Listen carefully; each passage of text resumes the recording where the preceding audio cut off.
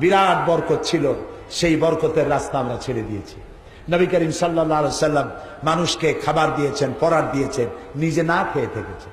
হযরত ফাতেমা রাদিয়াল্লাহু তাআলা আনহা রাসূলের কাছে এসে বলছে, আব্বাজান, কুয়া থেকে পানি উঠাতে উঠাতে আমার ঘাড়ের উপরে দাগ পড়ে গেছে, আটা পিষতে পিষতে আমার হাতে ঠোসকা পড়ে গেছে, আমি আর পারি না, আপনি আমাকে একটা দাসী দিবেন? রাসূলুল্লাহ বললেন, মা, আমি তোমাকে কিভাবে দাসী দেব? আমি তো এখনো অমুক অমুক গোত্রে খাবার পৌঁছাইতে পারি নাই, মা, আমি তোমারে দাসী দিতে পারবো না।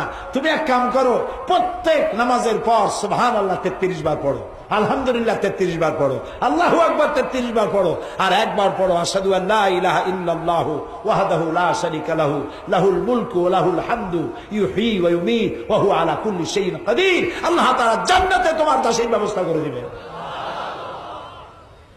মানুষের খাবার পৌঁছে দিয়েছেন।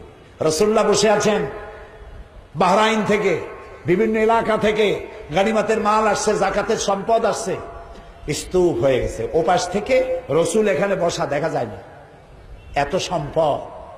দুই হাতে গরিবদের মধ্যে বিতরণ করছেন, শুনতেছেন কথা? দুই হাতে বিতরণ করতেছেন। জোহরে রক্ত হয়ে গেল, জোহর পড়লেন, বিতরণ করছেন। আসরে রক্ত হয়ে গেছে, আসরের নামাজ পড়ে যায় নামাজটা ঝাড়া দিলেন, মনে হলো যেন কিছু ময়লা টয়লা পড়েছিল, ঝাড়িয়ে জুড়ে শেষ। ঘরের মধ্যে প্রবেশ করে বলছেন, আয়েশা, সারাদিন খুব পরিশ্রম করেছি, আমি খুব ক্লান্ত এবং ক্ষুধার্ত, কোনো খাবার আছে কি? হযরত আয়েশা বলছেন, ইয়া রাসূলুল্লাহ, আল্লাহর কসম, আয়েশার ঘরে পানি ছাড়া কোনো খাবার নাই।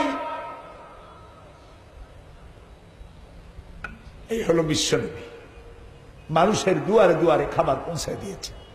আর সোনার মানুষ তৈরি করে গেছেন, রাষ্ট্র তৈরি করলেন, বেকার ভাতা দিলেন, বৃদ্ধদের ভাতা দিলেন, খাবারের অভাব নাই, পড়ার অভাব নাই, চুরি নাই, ডাকাতি নাই, রাহাজানি নাই, মানুষ দরজা খুলে ঘুমাবার সুযোগ পেয়েছে। এর নাম ইসলাম। চিল্লায় বলেন, নাম কি? এটাই ইসলাম। সেই আল্লাহর আইন, দাঁড়াও, সেই আল্লাহর আইন তোমরা যাতে না চাইতে পারো, সেই জন্যই তৈরি হয়েছে জেএমবি। আল্লাহর আইন যাতে না চাইতে পারো, সেজন্য জেএমবি তৈরি হলো। সব বদনাম টুপিওয়ালা দাড়িওয়ালাদের। আল্লাহর আইন চাই, এটি একটি স্লোগান, কারণ আল্লাহর আইন হলেই তো শান্তি আসবে। সেই শান্তি যাতে না হতে পারে, সেজন্য কিছু লোককে নামায় দেওয়া হলো অস্ত্র নিয়ে বোমা মারার জন্য। আর বোমার সাথে সম্পৃক্ত যারে ধরলো, অমনি পত্রিকা লেখা আরম্ভ করলো, জামাত কানেকশন। কি কানেকশন? সাংঘাতিক কানেকশন। এই যে সন্ত্রাসীরা ধরা পড়ছে, ওর দাদা জামাত ইসলামীর একজন রোকন কর্তৃক প্রতিষ্ঠিত মসজিদের সামনে দিয়া 1973 সনের 12 এপ্রিল হেঁটে গেছিল। জামাত কানেকশন। আব্দুর রহমানের বাড়িতে সূর্য দিগল বাড়ি সিলেট, আব্দুর রহমান যেখানে ছিল সেখানে গোলাম আজমের নামাজ শিক্ষা পাওয়া গেছে। মারাত্মক। এর থেকে বিপজ্জনক আর কি হবে? আমি বলেছি, গোলাম আজম সাহেবের নামাজ শিক্ষা বইয়ের মধ্যে যদি বোমা বানাবার কোন টেকনোলজি লেখা থাকে, গোলাম আজমকে গ্রেফতার করো, জামাত ইসলামীর সব গ্রেফতার করো। নামাজ শিক্ষা বই থাকলে যদি অপরাধ হয়, তাহলে বলতে হবে যে 2 মাস শেখ আব্দুর রহমান যে বাড়িতে বসে গোসল করেছিল যে সাবান দিয়া, সেই সাবান বানাইছে যে কোম্পানি, তারাও গ্রেফতার করে। ওই সাবানের কোম্পানির সাথেও তার ষড়যন্ত্র ছিল, তা নাহলে ওই সাবান ব্যবহার করলো কেন? শয়তানি গাইছ। জামাত ইসলামী দাঙ্গাবাজ আর বোমাবাজি করবে কেন? দুঃখটা কি? জামাত ইসলামী কোন কসুরি পানা? জামাত ইসলামী কসুরি পাতার পানি?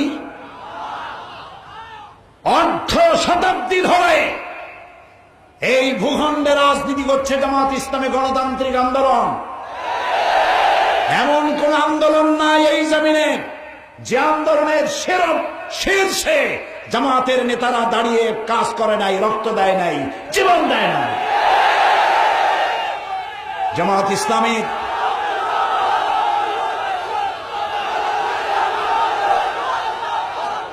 প্রত্যেকটি নির্বাচনে জামাত ইসলামী নির্বাচন করে, প্রত্যেকটি স্থানীয় নির্বাচন এবং জাতীয় নির্বাচন, সব নির্বাচনে জামাত অংশগ্রহণ করে।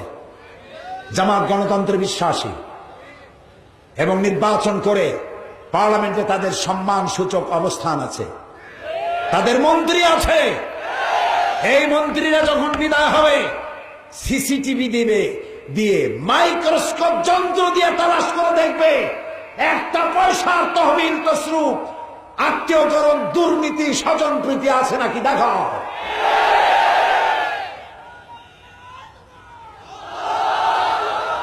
সুতরাং তোমাদের ওই সমস্ত গল্প পড়িয়া জনগণকে বিভ্রান্ত বানাইতে পারবে না।